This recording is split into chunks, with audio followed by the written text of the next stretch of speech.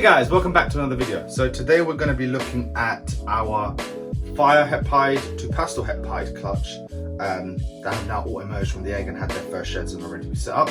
Interesting developments since that clutch hatched, and we'll share it with you in just a moment. Let's take a look. So this is a clutch in question. Now they've made a bit of a mess in here. I'm going to take this water bowl out. They've made a little bit of a mess, but it happens when you have 7 babies all crumbling over each other. But how we do it is we wait for them to all shed first, move them into this second box as a temporary hold. Once the last one's shed, we then do what we're doing now, which is split them all apart. Now we're going to start with these. It's an interesting clutch, like I said, but I'm going to get into that in a moment. So first of all, we have some very nice looking normals. So we have 3 normals in the clutch. Here's the first one, and this one is actually, let's find out, come with me, a male. So this would be advertised as a normal male 66% het PIED. Now, although they'll be advertised as such, come on guys, I know tram lines are only indications, but this thing's got tram lines for days. So I would be quite convinced that this one would prove out as het PIED. So that's the first one. So little male normal, 66% het PIED. Let's just give him some water. All the way to this flesh, bring it here. So lovely, lovely little animal. Another one, another lovely normal. This one is a little bit more patterned than the last one. The last one was far more reduced in the alien heads. Again, let's have a look at it. This one's tram lines. Still there, but not as pronounced as the first one. Some nice oranges in there. They're very skinny. And this one is, hold on, stop wiggling. Another male, I believe. Yeah, another boy. Any beans. So another little male, 66% het PIED. Stunning animal. I mean, the back end is very reduced and the alien heads are very linked together. A lot of these animals I think will eventually prove out as PIED, even though they'll only be advertised and sold as 66% hets. That's 2 lovely males. I believe from sexing. Now this one, the tram lines on this girl, absolutely madness. And I say girl because I'm pretty sure I sexed them prior when they first came out, and I'm pretty sure one of these was a girl. And she looks like she wants to tag me, so I'm going to move my hand out of the way, and we're going to take a look at her. Oh no, 3 males. Big boy. Big boy. So it looks like I was wrong. All the normals came out male. So it must be. Well, I know all the fireflies other than one are female. That's another lovely male who will be available. This clutch, in fact, may all be available. Not for any particular reason other than we have so many fireflies already and Jay's not letting me keep anymore. But if you actually come closer to this box here, this is where the interesting part lies. Spot the difference. Is the whole spot the difference. Spot the odd one out. I'll wait. Spot the odd one. No? Right, I'll tell you. So, look at the 3 heads here, and if Jay can get us a closer angle, look at the 3 heads. That's the typical firefly head. Blushed out, a little bit of white, bars going down the sides, and this is typical for all the fireflies, everything we've hatched. And then you come to this guy's head. And suddenly, you have very, very white blushing and spots coming along the side. Now, we've seen these spots before, and also look at the banding in this animal. It's also far brighter than any of the others in there. Now, we were a bit confused as to what was causing that. It does have tram lines. It does actually have a small ringer. But it was actually, why is this animal different? And we've done some back tracing, and actually, the female this is her first season with us. Previously to this season, she was bred to a visual clown because someone confused her for being a clown somehow. So they bred a visual clown to her. Now, although we can't work out exactly what that clown was, we believe what this is from retained sperm. Now, working backwards and talking to a few people and looking at a lot of pictures out there, what we actually believe this is a firefly woma. So that's why it resembles the bumblebee head. It's not spider, it's actually woma. So bumblebee woma, possibly, if it's from retained sperm from that pairing, 100% clowns, 66% het PIED. Now, we don't actually know for certain what the hell is going on. Now, we were originally going to keep this male, but we've actually got a few other males that supersede him slightly, and Jay's looking at me now, and I kind of want to keep him, but he may or may not become available. Now, if he did become available, because of my understanding of what the pairing is, and because I can't actually work out or find out what the exact pairing that she was previously bred to was, I will still sell this as a Firefly 66% het pied, without mentioning the clown or the Woma. But I will have that in the description, especially of North Market, and anyone who is inquiring about this animal will be told what I understand from it, to then choose whether or not to prove it out as clown, whether or not to prove it out as Woma, etc. But it is an absolutely exceptionally looking animal. Even if it's only for some reason was the most bizarre looking Firefly in the world, it is absolutely exceptional. And so this one, despite me really damn wanting to keep this thing, I've been told by Jay I'm not allowed to because I've already had, I'll max out my Firefly count for the year of holdbacks. And who knows, it might accidentally find itself into the holdback rack somehow. You know, I'm the one who does the feeding, so he'll never know until it's too big. But we'll get there anyway. You're not allowed to check the holdback racks anymore, by the way. It's a new rule. Ain't no rules. So here's another stunning, very busy patterned Firefly, 66% het pied, and Jay just daydreaming with the camera. Some nice pie markers. Whether or not it'll prove out, oh, should I really sex that one? I will sex that other one in a second, but I'm pretty sure, there you go, female. So that's a female Firefly, 66% het pied. If the pairing is correct, possibly het clown. If it's retained sperm, no idea of knowing. I'm just telling you, this is a very confusing clutch. I will sell them based on what I paired and what I produced, because that would be less than if she bred to. Does that make sense? Yeah.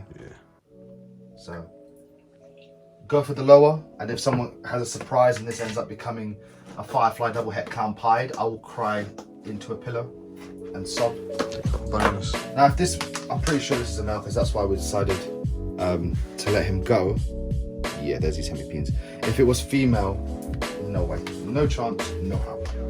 This thing would have been staying here, raising up, and it still stay here even though it's a male, which is really freaking unfortunate. I love my damn Fireflies. Everybody loves that. Another Firefly, absolute stunner again. Less busy than the last one. Some nice flaming going on.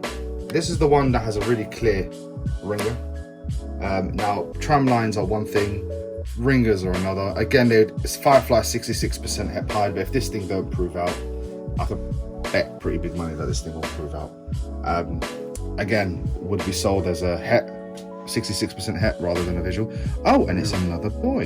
So if anyone's out there, obviously these things won't be ready for the next at least 7 or 8 weeks until they've had their 7 meals. But if anyone was interested, do let me know. Always got a little weird kind of head. So, whoop, and then we're going to move on to the last one here, and we'll be pulling a clutch. So, the last little one, we did really well for Firefly odds. We didn't get any pastels or any fires. We got 3 normals, all combos, and 4 Fireflies. So, again, beautiful looking Firefly. If you don't understand why I'm so obsessed with Fireflies by now, then Gus, please. But here we go. Here we go. Female, I believe. Is it female, isn't it? Wow. I don't see hemipenes. It's a bit of redness, but I don't see hemipenes. I'll double sex. a bit later. What we do is we always double sex the females. So anything obviously that you see hemipenes, you know is a male. Anything like this that we sort of pop and are a bit like, could be. What we'll do always is after like 4 or 5 feeds, we probe it just before we actually advertise it for sale. So that we're as certain as we can be of the sex. But there you go, an absolutely stunning. You're gonna pop me? I'm gonna hold this toe just in case he does. His heart's racing. He wants you. But yeah, beautiful, beautiful boy. If you are interested in any of these, obviously, like I said, they won't be available for a while now, for another sort of 8 weeks or so. But do let me know. I'm happy to, talk to people who may be interested. If you want to know a bit more about the pairing that was involved, let me know. I can look into that as well. I can tell you a bit more about that. But that's our clutch. We've now got a clutch to pull. So one clutch out, one clutch coming. Let's take a look. Right, so now we're gonna go grab this clutch. Yeah, so the, Bumblebee, our light colored Bumblebee, which we'll see in a second. She was bred to the black pastel GHI male. So, let's get out the boy.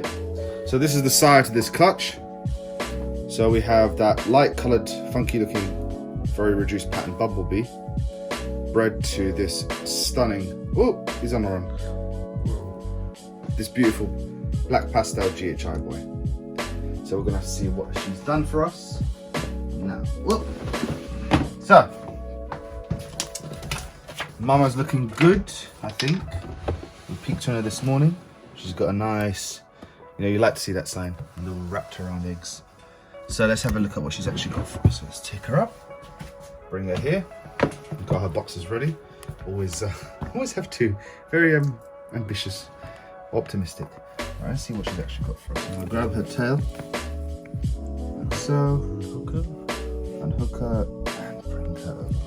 Very nice. So one little slugger in there, but it looks like 2, 4, 6 good eggs, and one little slug, which we all know by now, considering unfortunately it's been a bit of a slug heavy year, but we know what happens to these.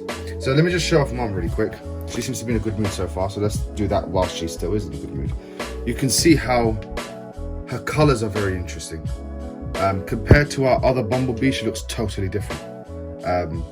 But genetically, she's supposed to be a Bumblebee. Now, we've not really produced anything else from her. Hopefully we'll see if there's something else will pop out. But last year, we didn't really notice anything too different. Look at that craziness. Remember last year she did this as well? She's just completely hollowed out. And actually, for those of you who don't know, this is evolutionary. So if you look at this girl tomorrow, that will no longer be there. The reason they do this is so they create a nice cradle to actually wrap around their eggs and hold their eggs in the cradle.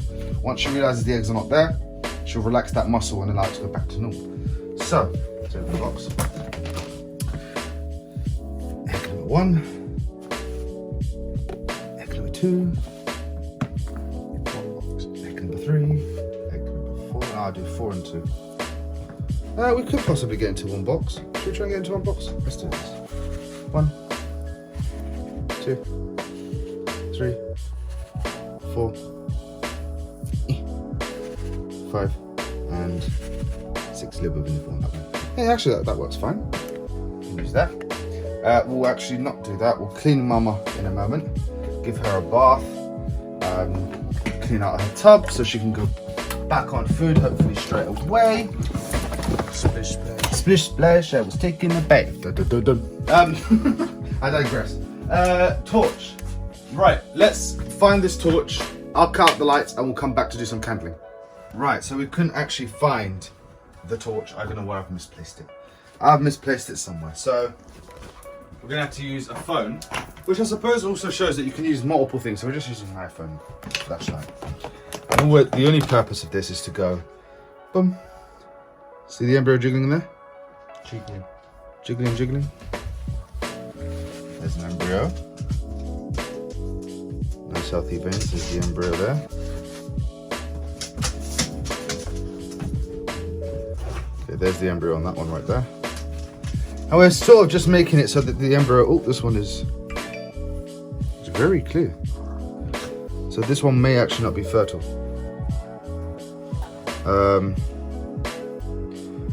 But we're going to incubate this one anyway, just in case. There we go, nice healthy veins. And, oh, yeah, there's veins here, hold on. We're just upside down. See there? So this one, we're going to have to be keeping a close eye on. If you can see on the camera, no veins. Yeah. So I would say very, very high chance this is not a fertile egg. So what we're going to do, I'll flick on the light. We're not actually going to incubate this egg in this tub. We're going to move this egg into its own separate tub, because what we don't want, if the egg begins to get moldy, if it isn't fertile and starts to rot and decompose, what we don't want is this egg then transferring mold and whatever to the other eggs and harming the other eggs. So we'll actually incubate this one anyway, but we'll do so in a separate box. So I'm gonna place these guys over here, and box here. That's got one egg. Which, so here's an example, right? So this one egg here, I'll close this door really quickly. This one egg did start off life as a no-veined egg. But if we check on it now, teeming with veins, and there's actually a snake in there, right? So it started off like that. Most of the time when they're like this, they die. They don't actually make it because they, well, not necessarily they die. Most of the time when they look like that, they just don't have any veins to start with, right? So when we find an egg like that, we give it an opportunity to incubate anyways, trying to keep it away from the other eggs. So in this case, there's only 2 eggs in there. We'd keep a very close eye on it, and if it went funky, we would immediately change it out. Hold on, just a bit of a rejig. Now we've got more eggs in the incubator.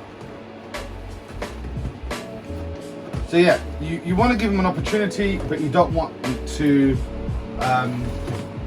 jeopardize the potential of that egg actually doing well. So we've got it here in a position where I can actually see it, keep a very close eye on it. If I see it to start going, well, if I see it going moldy, if I see it starting to look funny, then I'll just dispose of that egg. Not like some of the eggs that are in there. Anyway, beside the point. We also have a clutch to cut, which will happen soon, very soon. So things are happening, eggs are dropping, eggs are being cut. It's a madness. But that's, so we'll say 5 good eggs, possibly 6. So 5 good eggs, 1 slug, 1 that looks a bit hit and miss in terms of veins. We can't really see any veins or embryo in there. Not to say there's nothing, but if we discount that, let's say 2 infertile eggs and 5 good eggs. I'll take 5 good eggs any day of the week. Guys, really hope you enjoyed that video. The update on those little, well, what would you call them? Little gems, weird clutch. They're fireflies, so they're awesome. Oh. That one. I hope you enjoyed the egg pulling. Hopefully more egg cutting coming soon. And honestly, if there's nothing else to say, any updates, Joe? I'm missing?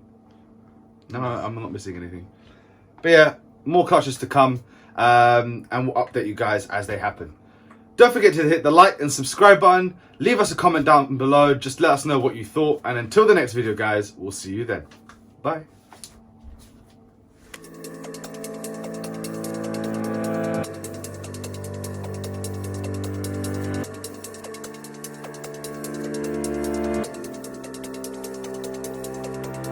you.